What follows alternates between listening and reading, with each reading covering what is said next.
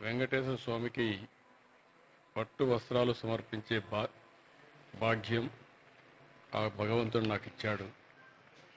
ఆ భగవంతుణ్ణి మరొకసారి ప్రార్థిస్తూ ఈరోజు వెంకటేశ్వర స్వామిని చూస్తే ప్రపంచం మొత్తం హిందువులంతా కొలిసే ఏకైక దేవుడు, కలియుగ దేవుడు, మనందరికి కూడా కష్టాల్లో ఉన్నప్పుడు ఏ వరం అడిగినా ఆశీర్వదించే దేవుడు.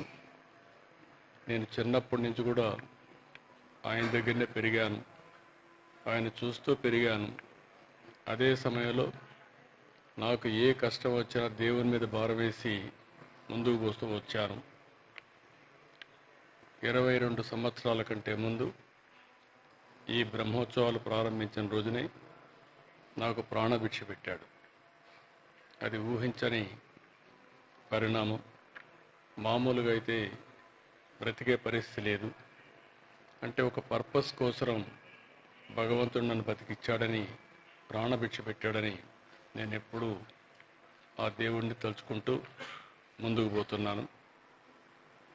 ఈరోజు ఇక్కడికి వచ్చినప్పుడు దగ్గర 14 సార్లు బ్రహ్మోత్సవాల్లో పట్టు వస్త్రాలు దేవుడికి ఇచ్చే అవకాశం కల్పించారు.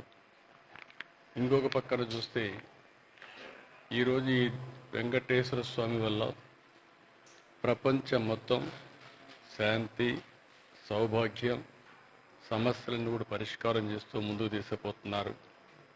అలాంటి వెంకటేశ్వర స్వామి దగ్గర ఎన్నోసార్లు మనమందరం కూడా ఎన్నో మంచి కార్యక్రమాలు చేశాం. ఒకప్పుడు మీరు ఒకసారి చూస్తే ఇక్కడ బోర్డు మెంబర్స్ అందరూ ఉన్నారు, చైర్మన్ గారు, ఈవో గారు ఉన్నారు. ఇక్కడ ఉండే సభ్యులంతా కూడా ఒక పవిత్రమైన భావంతో పనిచేస్తున్నారు. తిరుమల తిరుపతి దేవస్థానం వెంకటేశ్వర స్వామి పవిత్రత కాపాడుతూనే వెంకటేశ్వర స్వామి ప్రాబల్యాన్ని